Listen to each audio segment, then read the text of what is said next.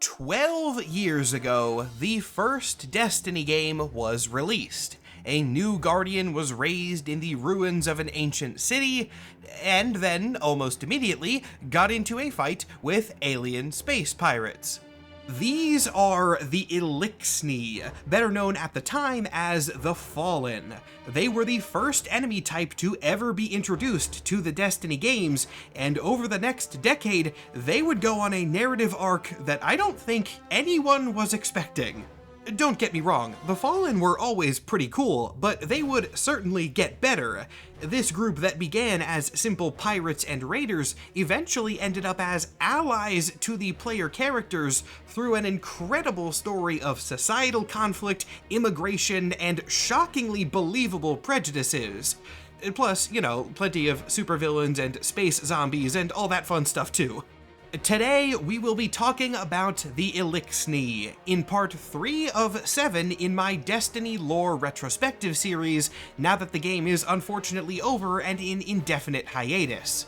That hiatus actually worked out surprisingly well for this species, but I'm getting ahead of myself. We'll begin at the beginning. So without further ado, let's talk about the incredibly done story of the Eliksni. Back in 2014, when Destiny players were first introduced to the Eliksni, it was at one of the species' lowest points, and the expansive lore behind them would be revealed very slowly over the coming decade. But now, since I'm looking back on it, I can give you all the lore in chronological order, and that means we get to start with something pretty simple: Eliksni biology. The body plan of an Eliksni can vary a bit based on factors that we will be getting into, but in their most natural state, an Eliksni looks largely humanoid, except they have 4 eyes and, more noticeably, 4 arms. The species has been compared to both arachnids and crustaceans at different points, so they are definitely some sort of arthropod, and that tracks with how they look unarmored. You can see that Eliksni have a hard exoskeleton-like plating across much of their body. Keeping up with the arthropod traits, Eliksni also hatch from eggs. This is not incredibly important to their lore, but it is important to the Destiny player base, because Eliksni hatchlings are adorable, and when these cute little guys were first revealed, the entire fandom went feral for them, and I understand why. The more lore-relevant biology starts happening internally, as the Eliksni are entirely reliant on a gaseous compound named ether. Now, for the record, ether is kind of a catch-all term in a lot of media. It is used generally in plenty of sci-fi and fantasy, and ethers are a real type of compound in actual chemistry. But Destiny ether is its own specific thing, so don't worry about any other versions of the term you might have heard. Eliksni ether is unique. The Eliksni need to breathe this stuff, and it also runs through their body much like blood once it has been absorbed. I don't know exactly how ether works for them, but we do know that the compound was prevalent on the Eliksni homeworld of Reese, so it is probably just an element of their atmosphere and ecosystem that they evolved in.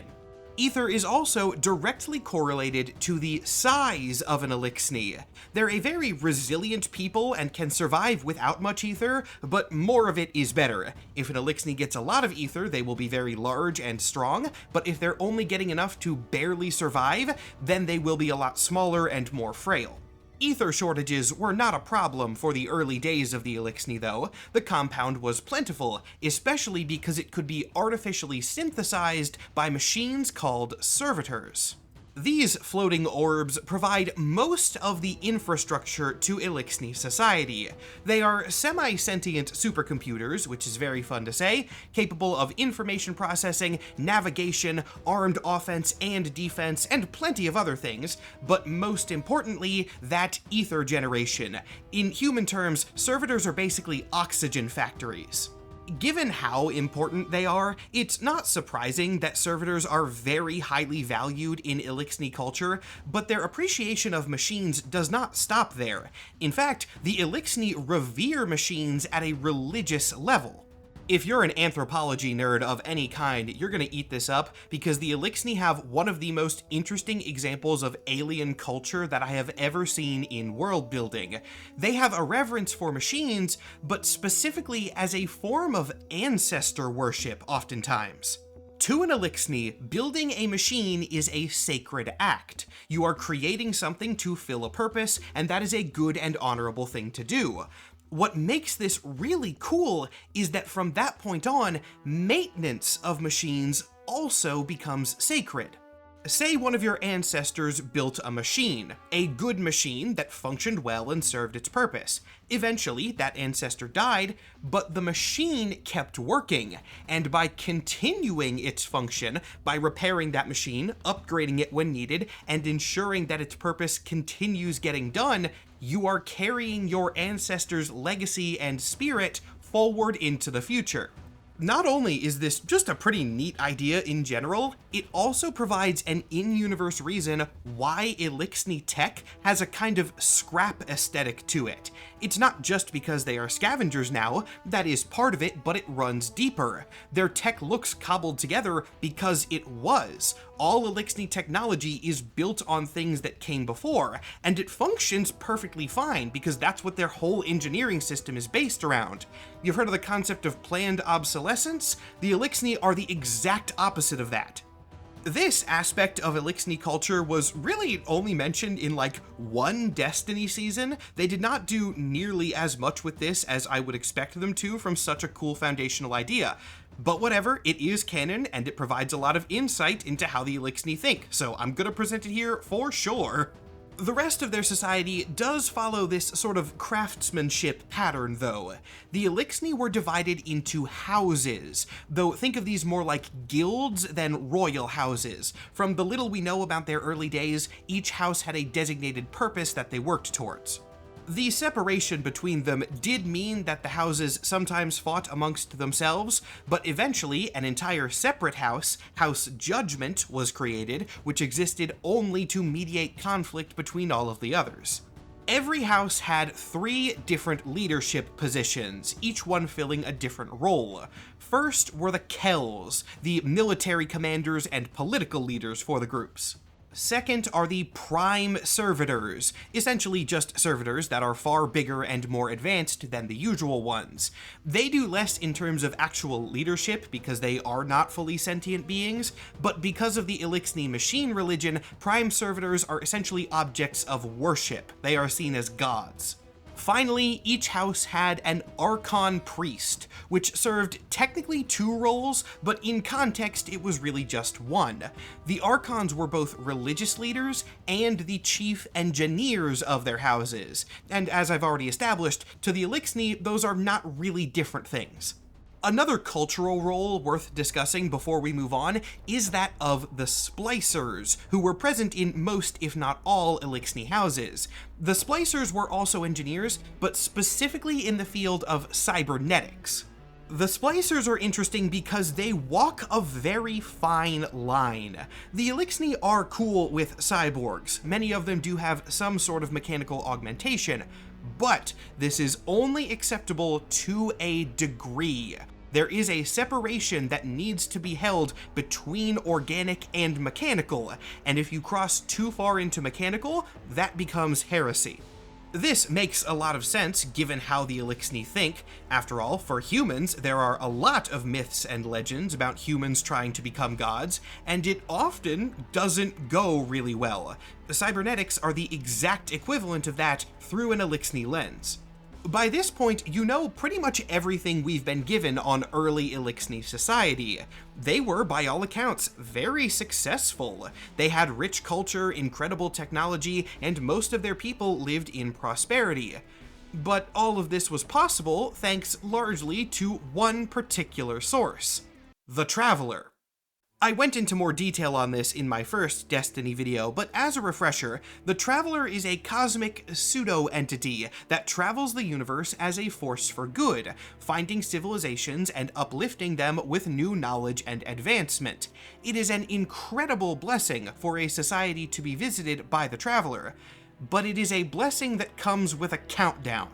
In the early days of the universe, the Traveler was constantly hunted by forces of darkness who wanted to claim its power for their own ends. But despite that power, the Traveler would never fight them. When its ancient enemy caught up, the Traveler would simply leave, and the society that it left behind usually did not fare very well. This was the fate that eventually awaited the Eliksni. They had their own golden age for a very long time.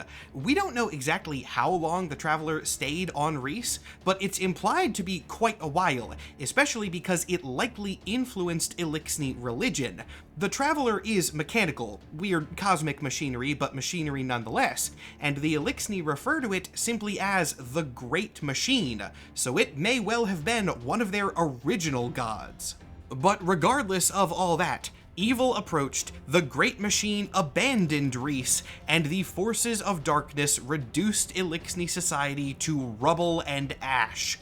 This apocalypse is called the Whirlwind, and it is the beginning of the Eliksni's descent into the Fallen.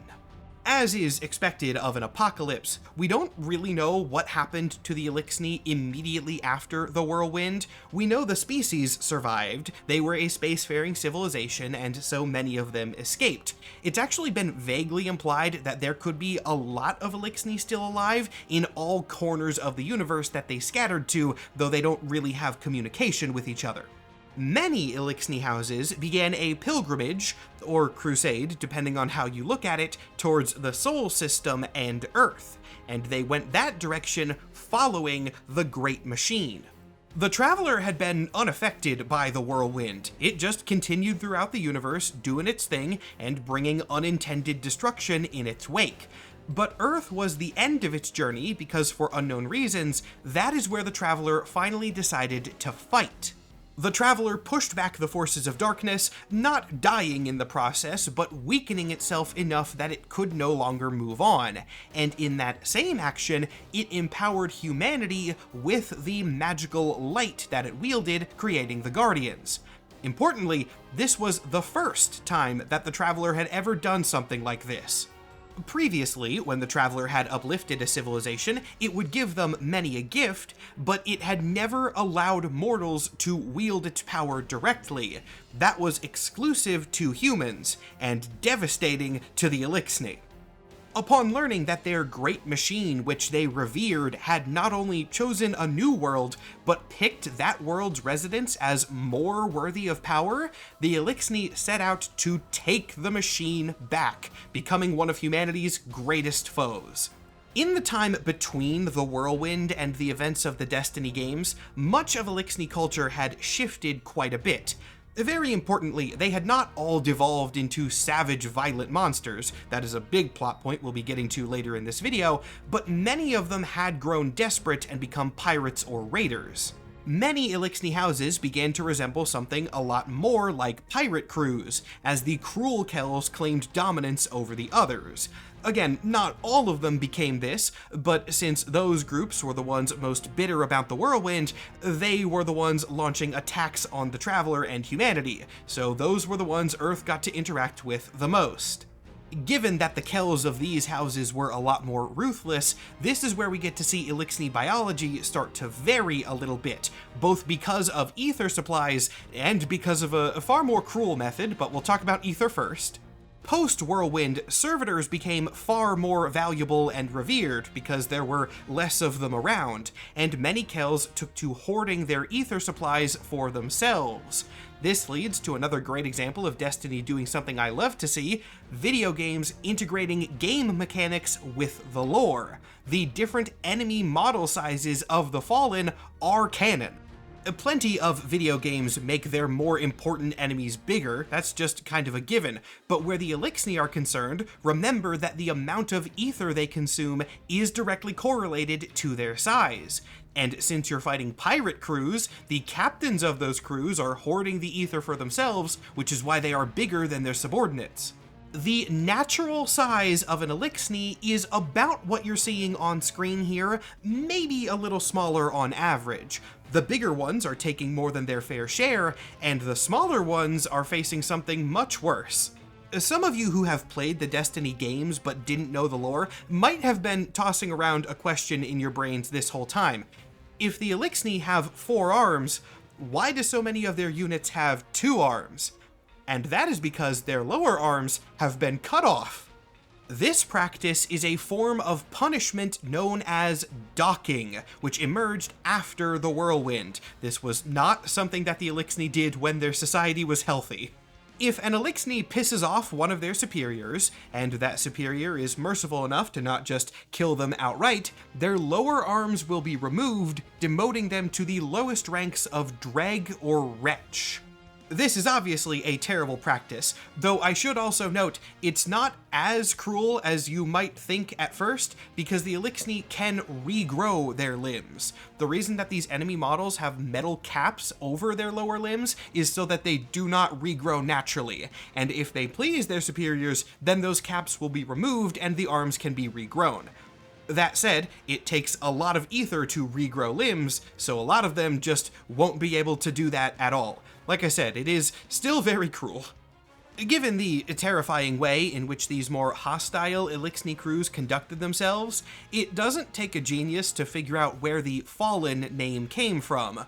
When humans first began encountering the Eliksni, they could tell that they were remnants of some previously great civilization. That was obvious from the way that they conducted themselves. But they weren't that anymore, and now they were scary. Hence the Fallen. Continuing further into that human perspective, for a while after humanity's collapse and into the age of the Guardians, the Eliksni were the only aliens that humanity ever had to deal with. They were some of the first to the system. Well, technically not, but they were some of the first to make themselves known in the system, at least. 4 fallen houses attacked the last city of Earth: the House of Devils, the House of Kings, the House of Winter, and the House of Wolves. Though for what it's worth, in canon terms, these house names are approximations of Eliksni words in English, so don't put too much stock into what they specifically mean. These houses would plague humanity for a prolonged conflict called the 100 Years' Siege. The first major battle of the siege was an assault on the city called 6 Fronts, which ended as a resounding victory for the Guardians.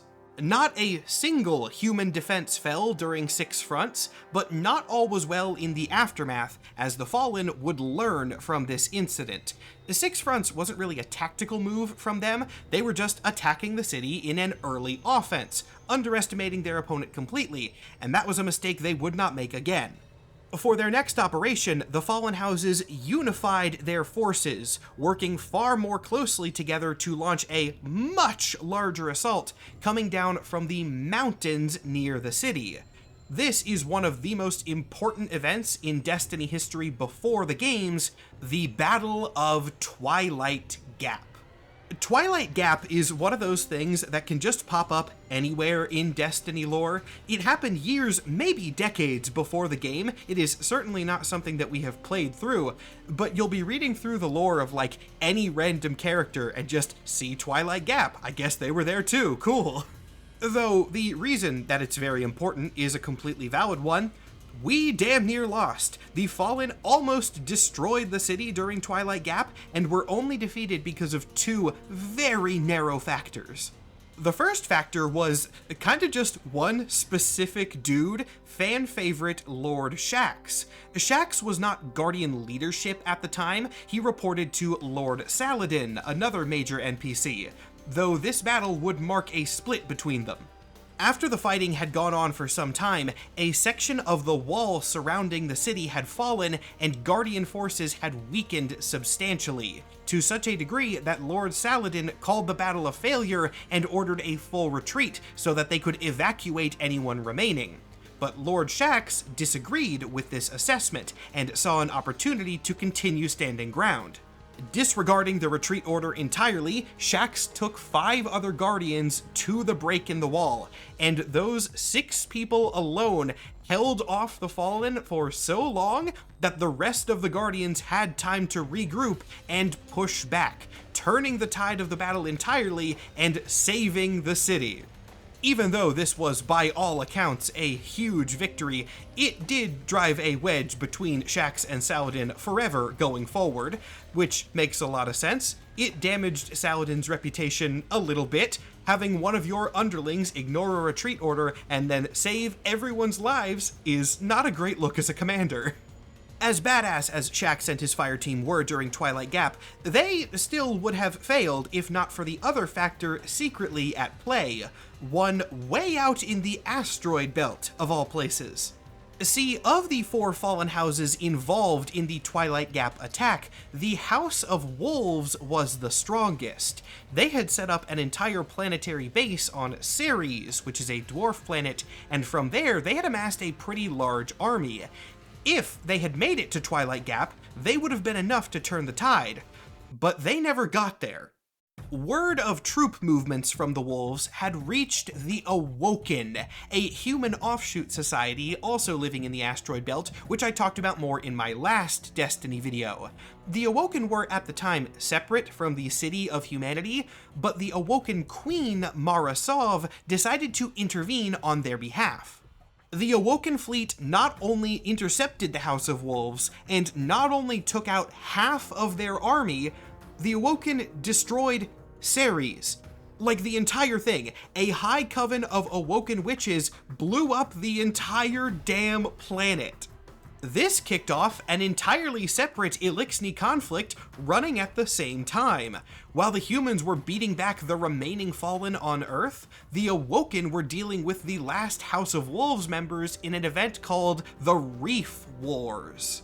The Reef Wars also gave us our first major Eliksni villain of the Destiny franchise, that being Skolas, though his story technically begins before we fight him in-game. When the original Kell of Wolves was blown up alongside Ceres, it kicked off a power struggle between 3 of his highest-ranking lieutenants. Skolas was the one who came out on top, becoming the second Kell of Wolves, but only very briefly. Skolas was betrayed by another Eliksni named Verix, technically one of the few surviving members of House Judgment, though he was living among the wolves at the time. Verix was on the side of the Eliksni, but could not abide the raw cruelty that Skolas showed during the Reef Wars, and so he eventually began giving the Awoken information. Due to Verix's treachery, Skolas lost and was imprisoned, with the rest of the wolves getting absorbed into the reign of the Awoken Queen. This, by extension, meant that Verix was not very popular among his people, and so while his characterization is quite sad, it is at least very interesting. Verix is good at heart. He did sabotage the far more brutal Skolas, and his genuine only hope for his people is that their society will recover and go back to the time of the Great Machine. But because he betrayed his own kind, Verix sees himself as a coward and is incredibly self-loathing. This is showcased most clearly by the fact that Verix is one of the very few Eliksni who refers to himself as Fallen. This is a point we'll be coming back to later in the video, but Fallen is basically a slur for Eliksni in the Destiny universe. Most of them don't call themselves that. It's incredibly insulting given the context of what happened to them. But Verix calls himself Fallen. He has gone out of his way to say that Fallen is a good word for him, as it's what he thinks he deserves. Since he does keep up this self-hating attitude, he is a willing servant to the Awoken Queen, and as such was the first Eliksni that the players allied with during the House of Wolves expansion when Skolas broke out of prison, went even more insane, and declared himself the Kell of Kells, destined to rule over all Eliksni everywhere. He did not end up being the Kell of Kells. Skolas was captured, imprisoned, and then later killed in prison by the Guardians. Verix, on the other hand, also ended up in prison, but as its warden. He oversaw the Prison of Elders for the Awoken, where he would remain until the next major Eliksni expansion. Kinda the next major Eliksni expansion. I have to do a sidebar here. Funny enough, it is actually the same sidebar that I had to do in my previous Destiny video regarding Siva and the Rise of Iron expansion. This was the final expansion to Destiny 1, and it was kind of a filler arc, not one that has mattered a lot going forward. However, it's a filler arc that everyone likes, and so that means I have to address it. Siva was a golden age human technology consisting of self-replicating nanobots, which is always a bad idea whenever anybody tries it. As such, it was eventually lost and buried, and then Eliksni dug it up. Siva was only relevant for that one expansion, but during Rise of Iron, we did get a variant Eliksni enemy type who used Siva technology. Interestingly, this is also the first use of the term splicer in Destiny lore, but these guys were heretical splicers. This is an example of cybernetics going too far and making the Eliksni more mechanical than organic, so the others did not like the devil splicers, as they were called. And you know what? Screw it. Lore sidebar within a lore sidebar, because I definitely have to do at least a minute or two on a specific Eliksni named Tannix. And I don't know of a better place to do it if not here, so I'm just gonna do it here. Tannix is not particularly relevant to Eliksni lore in general. He is an unaffiliated mercenary who just happens to be Eliksni. But he is relevant to Destiny as a game because this bastard will not stay dead. The story of Tannix begins long before the events of the game. He is an infamous nemesis of Hunter Vanguard Cayde 6, as he is the guy who killed one of Cayde's best friends, Andal Brask. Since he was an important figure to the background lore, we eventually did fight him in the game. And then we fought him again when he came back augmented with Siva technology. And then we fought an illusion of him created by fear magic. And then we fought him again when he upgraded himself a second time with exo technology, and then we fought him again when he was upgraded even further and fused with a giant robot. It kinda just became a running gag within the game that Tannix was never permanently gone, no matter how dead he seemed, and whenever Destiny introduced anything that could bring someone back from the brink of death, Tannix would show up again wielding it. Canonically, this man has died or been almost killed in various forms 6 different times. And as I just said, aside from that, he doesn't have a ton of lore relevance. I don't want to call Tannix a joke character, that's doing him a disservice. He is a very legitimate villain. But he is essentially a bit that I absolutely had to acknowledge. So there we go, that's Tannix. Now back to more lore relevant things. Technically, there is one more milestone in Eliksni history before we reach their next major expansion during the launch of Destiny 2, though it was a minor one and seems to have been done more for gameplay streamlining purposes than anything else. Destiny 2's campaign actually marks the official end of the 100 Years Siege within the timeline. At this point, the fallen houses that attacked the city decades ago were dissolved, and all of the Eliksni remaining in the system unified under one banner called the House of Dusk. Though again, in gameplay purposes, this kind of just means that all of the Eliksni wore the same colors and had the same models. It wasn't really something that was acknowledged in lore, it just seemed to be a way to have less Eliksni models in the game, which is fair, I guess. Though this lore beat would be followed up on in Forsaken, one of the best expansions in Destiny history, and also one that did a ton for the lore of the Eliksni. Important context for the narrative here, Forsaken was a Western. Yeah, it had space as a setting, but the plot points had cowboy movie vibes through and through, and the Eliksni were one of the main outlaw factions. Heading up these outlaws was Rakkus, better known as the Spider, the second Eliksni ally to ever be seen in the franchise. Though Spider was an ally more out of convenience than actual friendship. Spider is an alien crime boss. Every trope of that archetype that you can think of, Spider probably fits into it. But I'm not complaining about that, because he's very self-aware about it. In fact, all of Forsaken was very self-aware. It was a trope-filled story, but in tribute to Westerns, not just ripping them off, and so it ruled. Spider was able to gain a lot of power, not by being a good guy by any means, but by being equitable at the very least. For a long time before this, the Eliksni had been ruled pretty tyrannically. You had your Kells and your barons and your captains, and anyone under those high ranks just had to submit to them in any circumstance. But Spider was a lot more fair, largely because he actually paid people. Many Eliksni united willingly under the House of Spider because Spider didn't hoard his ether. The previous Kells had tried that, and the previous Kells had gotten picked off one by one. Spider did not have any grand design to restore Eliksni society, which made him popular with some, but unpopular with others. He was not an idealist by any means, and joining up with Spider was not necessarily an honorable path to take, but he was a survivor.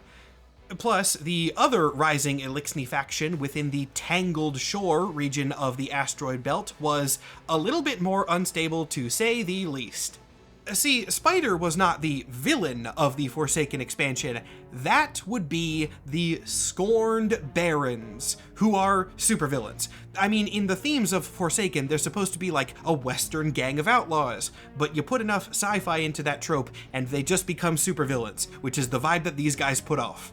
The Scorned Barons are a group of 8 Eliksni who met each other in the House of Exile, a sort of pseudo-Eliksni house, which I haven't mentioned yet because, I mean, they're called the House of Exile. Take a guess as to how they work. Each of them is a super criminal with their own distinct gimmick. I'm gonna have to go through them pretty quickly because there are 8 of them and one of them requires a lot more detail, but I enjoy the Scorned Barons enough that I do want to at least highlight them all briefly. Eliksni, the Machinist, is the chief engineer of the Scorned Barons. Even among Eliksni, she is a genius with mechanics, especially offensive mechanics, which has earned her the title of the Baron's second-in-command. Eliksni actually comes into frequent conflict with another member of the Barons, Rexus Vaughn, otherwise known as the Hangman, an extremely unique Eliksni because he kills servitors. Rexus was an orphan who was almost entirely deprived of ether from birth. This led to him growing up kind of insane, and also developing a murderous hatred for servitors as he constantly saw them helping and feeding other members of his kind while never getting to partake. He is not the only insane member of the Barons. This is Cannix, the Mad Bomber. Do I even need to say anything else about Cannix? He's called the Mad Bomber. We don't even know this dude's origin, we just know that he likes blowing things up. One I will spend a little bit more time on is Araskis, the Trickster. She is the spy and infiltrator of the Barons, and her lore also happens to have one of my favorite lines in all of the Eliksni writing, because as a comic book man, I can appreciate it. One of the Trickster's gimmicks is that over her life, she has technically been a lot of different criminals, but she will fake her own death and entirely rebrand whenever it becomes practical. And one of the final lines of her biography is, "Did you kill her? And if so, did she die?" Which is a banger line, very Loki-coded. Moving back to more simple Barons, we have Yavix, the Rider. Yavix is just an anarchist with a cool bike. Eliksni are pretty famous for their vehicles, mainly these things called pikes, and most players like pikes in-game because you can steal them and ride them around. That's exactly what Yavix does. She is just the best pike rider, and also kind of crazy like the other Barons. Next up is Pyrrha, the Rifleman. Pyrrha has a cool backstory, not one that we really get to see play out, but one that is at least told to us through lore. At some point before he became a criminal, he went blind and was discarded by his house since he was no longer of use to them. So, out of spite and a desire for vengeance, he got himself a cybernetic eye and became the best sniper in the system. This is also the guy that killed Cade 6's ghost, which means everyone hates him. We'll talk more about that incident in a future video when I talk about Cade, but just know that everyone wants Pyrrha's head on a stick. Second to last, we have Hyrax, the Mindbender. Hyrax is not a hybrid species per se, but he is one of the closest things that we get, being an Eliksni that is obsessed with, and heavily altered by, the Hive. Once upon a time, Hyrax was just a regular Dreg, but during a failed operation, he got lost within hive tunnels below the surface of the moon, and instead of dying immediately, survived long enough to learn a little bit of hive magic. The exact events of Hyrax's adventures are completely unknown to all but him, as he doesn't really talk anymore. The Mindbender just kind of spews out garbled nonsense, which may or may not have meaning, but regardless, his magic does work, and he can use it to control the minds of lower hive. Oh, and one more thing about Hyrax. He has a hive wife. Don't ask me about the mechanics of how that works, because I don't even think the hive do that in the same way that most other species do, but Hyrax has a hive wife, 100% canon. This is Iranon. She is the consort of the Mindbender. Whatever you're into, dude. And that brings us to the leader of the Scorned Barons, a character who I actually do not know how I'm going to cover, because I'm doing one entire video on the Eliksni and another entire video on different forces of darkness, and Fikrul the Fanatic really fits into both of those.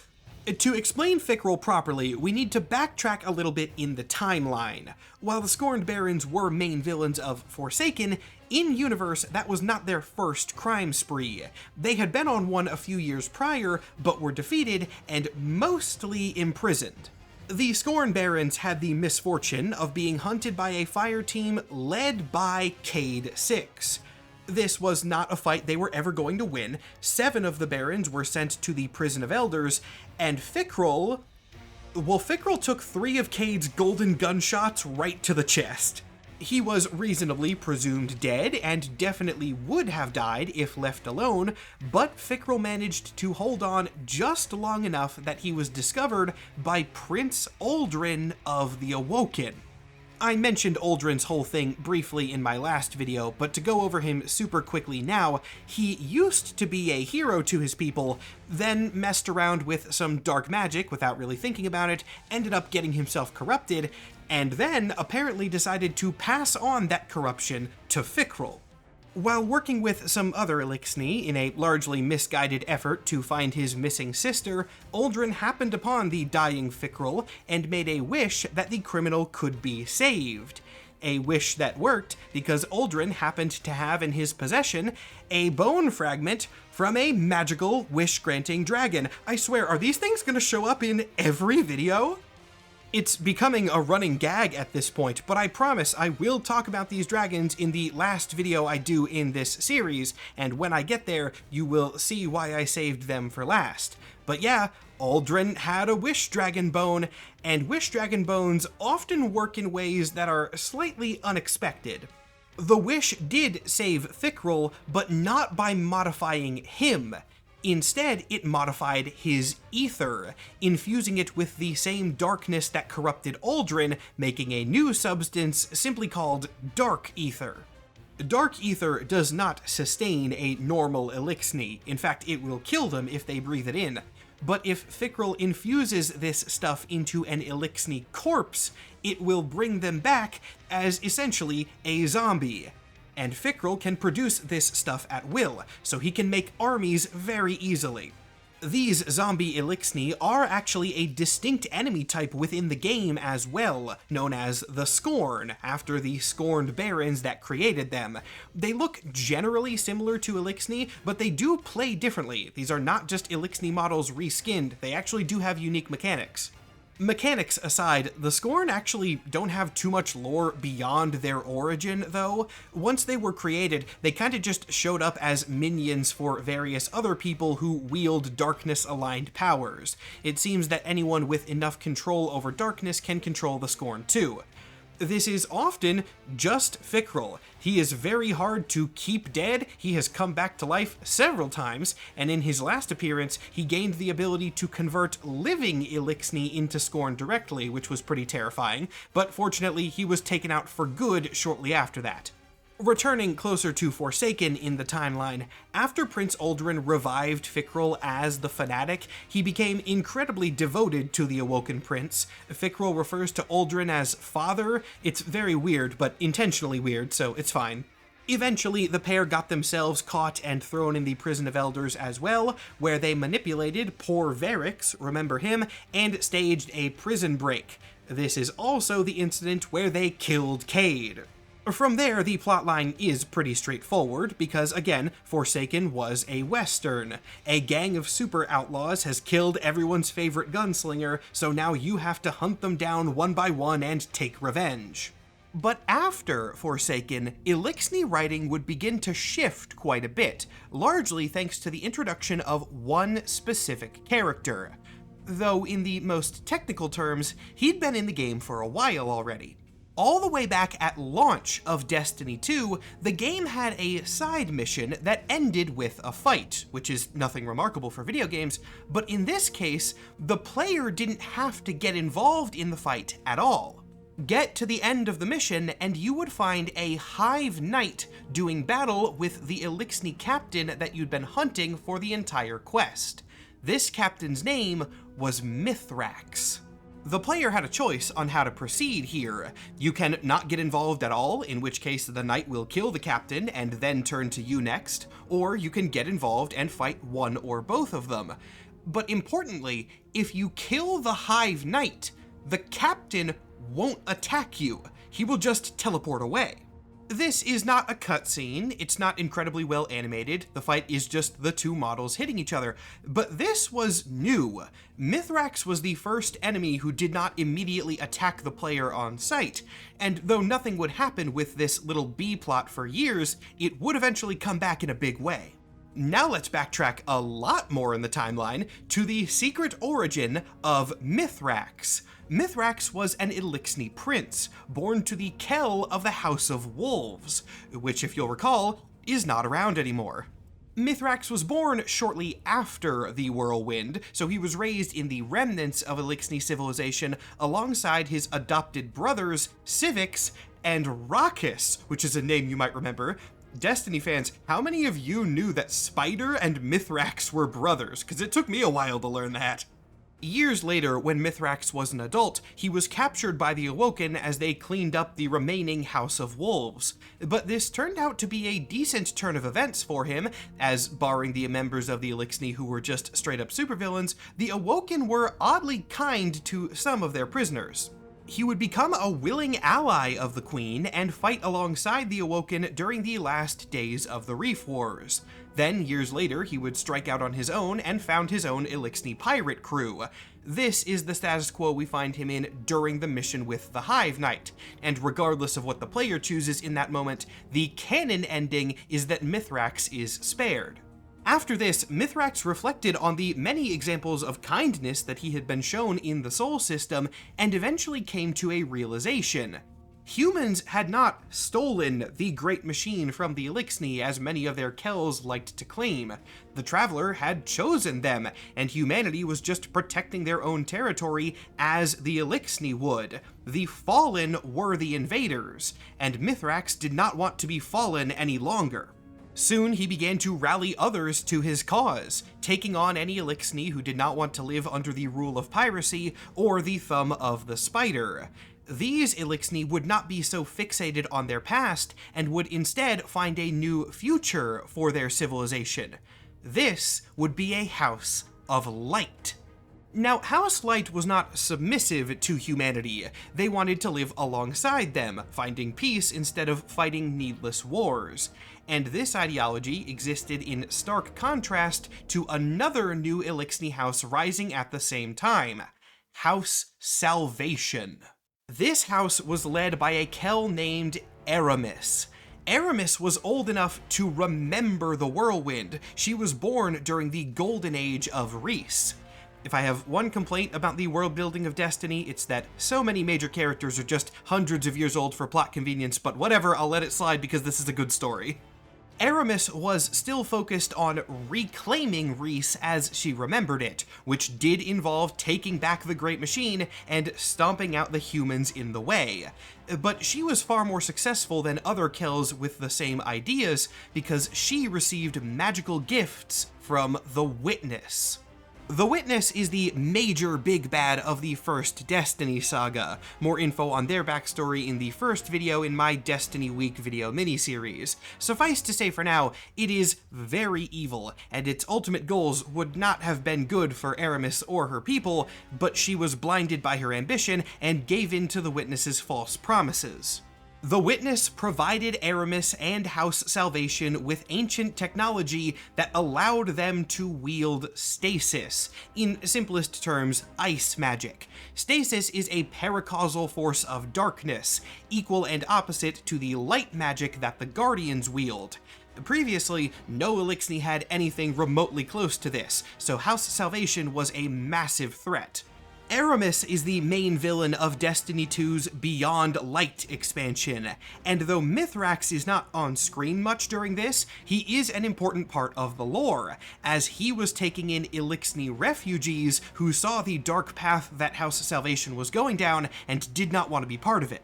He was being spied on during this entire time, of course. Ikora Rey of the Vanguard had her agents keeping a close eye on this Eliksni that seemed to be on their side in the conflict.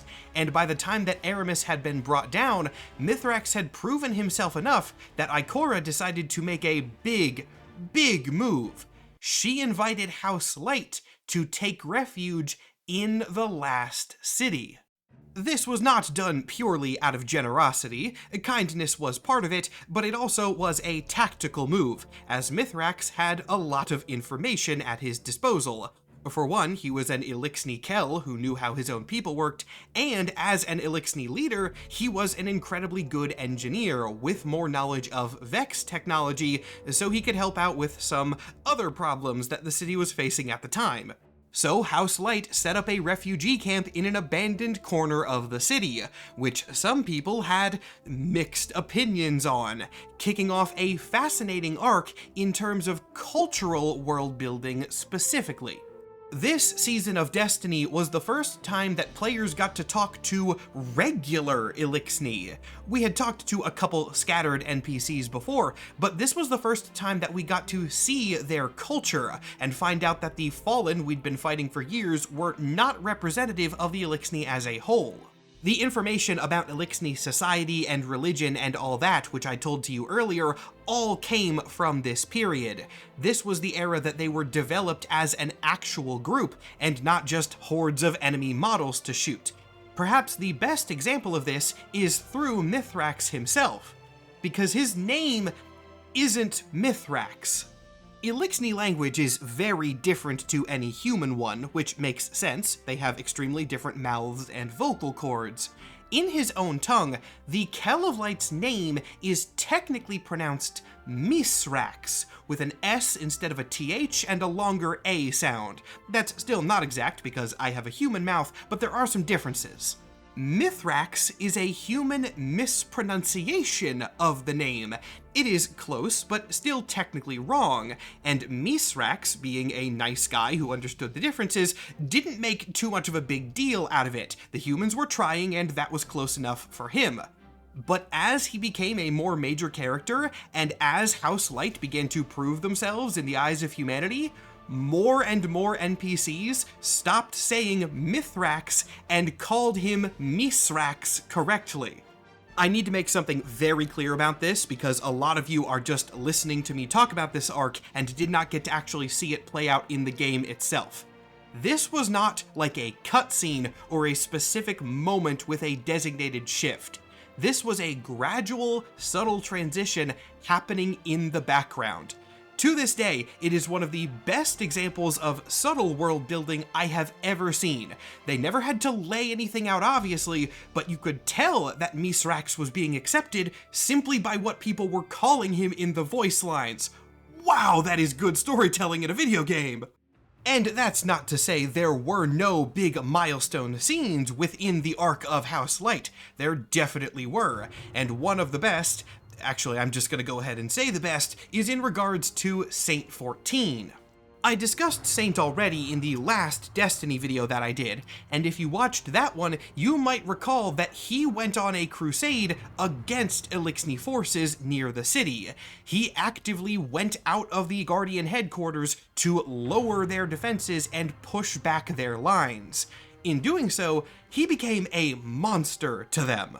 This is not an exaggeration in the slightest. The Saint is a legendary figure of horror amongst the Eliksni. He was ruthless in his attacks against them, and in Saint's mind, he wasn't doing anything wrong. He was a veteran of Six Fronts, the Battle of Twilight Gap, and many others. In his view, he was just protecting the city. So when the Eliksni of House Light were eventually let inside the city walls, Saint was... well, Saint is a nice guy, but he's also a very stubborn old war veteran. It took him a while to get over his prejudices, we'll put it that way. Credit to the Destiny writers for allowing their heroic characters to show flaws very openly, because Saint was a dick to House Light for quite a while. But eventually, he got to know Mithrax a little bit more, and learned that they essentially followed the same role, just in each other's societies. Both of them were stubborn old war veterans, each a survivor of their own respective apocalypse, now just trying to help their people build back. And as scary as the Eliksni were to the people of the city, Saint was just as scary to the Eliksni. The conflict that they had been locked in for centuries was based purely on a misunderstanding. The Eliksni thought that humanity stole the Great Machine, and humanity thought that the Eliksni were raiding them for no reason. But at the end of the day, both of them were just scared, and once they could get over that fear and see their similarities, then they could work together. Unfortunately, not everyone in the city went on this same character arc. There were those who remained incredibly racist against the Eliksni, culminating in one faction allowing a Vex breach into House Light's refugee camp. This was not planned out very well, because remember, House Light was in the city walls, and so allowing the Vex in ended up spiraling into a bunch of other problems. But in the process of this, we got a cutscene that serves as the climax to this House Light arc. Mithrax and Saint 14 fighting side by side. There is a specific line that I remember so vividly, even though I played through this years ago. During this mission, when you are fighting Vex in the city, other NPCs are talking over the comm system, and Mithrax tells Saint that it's okay, he can leave to go protect his people. And without a moment of hesitation, Saint 14 responds, "You are my people." This remains cool as hell to this day, and it marked the official integration of Eliksni into the society of the city. It still took a while for them to be accepted at large, but the main opposition group letting a horde of evil robots into the walls just to take out the aliens they didn't like, yeah, that didn't gain them any support.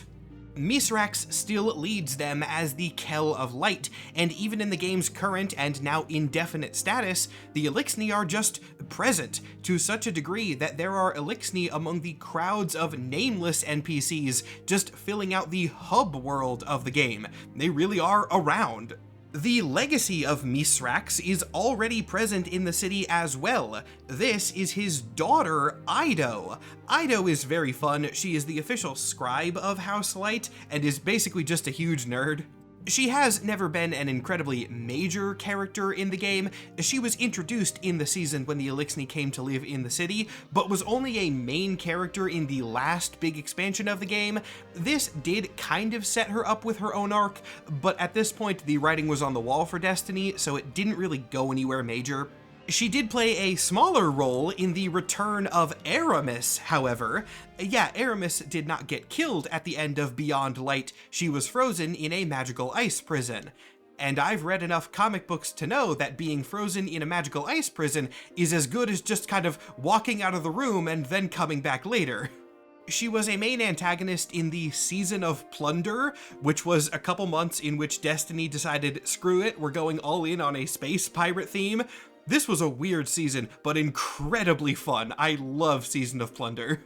After Season of Plunder, Aramis and the remaining of her house would get called to battle by the Witness, but learn that they had been manipulated and betray the villain. This did not mean that she became an ally of the city as well, but she did at the very least save Misrax, and maybe is going on a redemption arc, but we don't really know because expansion's cancelled. That one bit aside, though, with Destiny's cancellation, the Eliksni are actually one of the very few groups that kind of ended up with a complete arc. There are Eliksni enemies in the last expansions of the game after the defeat of the Witness, but these are fringe groups that did act more like stock video game villains rather than factoring into the lore of the Eliksni as a whole. So House Light, yeah, they got what they wanted. Under the leadership of Misrax, the Eliksni are finally recovering, and if and when Destiny 3 happens, they will continue to be our allies. Not a bad arc for the first enemies we ever fought 12 years ago. Thank you all so much for watching. As always, I do hope you enjoyed. The Tale of the Eliksni is an amazing one, full of love and acceptance and kindness. Anyway, we're doing the Hive video next, so get ready for a vibe shift. Before I get to that, if you would like to learn more about the Eliksni and many other topics within the world of Destiny, as I'm doing in all of these videos, I want to recommend My Name is Bife, also here on YouTube. He is the best Destiny lore guy out there, and any topics that I have addressed briefly here, he has gone into way more detail on his channel, so check him out. As for more content from me, I have a Patreon. If you go and check that out, you can find early and ad-free access to all of my videos, as well as a Patreon exclusive video every month. My username there is the exact same as it is here. There's also a link to that in the description of this video and on my channel page, so it's very easy to find. And extra double thank you to everyone who already supports me over there. It really does help me keep making these videos for you guys. Usual shout out to Ruben Perez, the artist I work with for these videos. He drew the poses of the character that's been talking at you for the last hour or so go check out his other work as well. And now, to end this video, I have a message for the future developers of Destiny 3. Hopefully Bungie, but whoever it ends up being. Hey, guys, you know what you need to do, right? We need playable Eliksni Guardians. I don't care that you would have to do extra chest plate modeling to accommodate for the 4 arms. It is the next and final step in their narrative arc, and I desperately want to see that happen.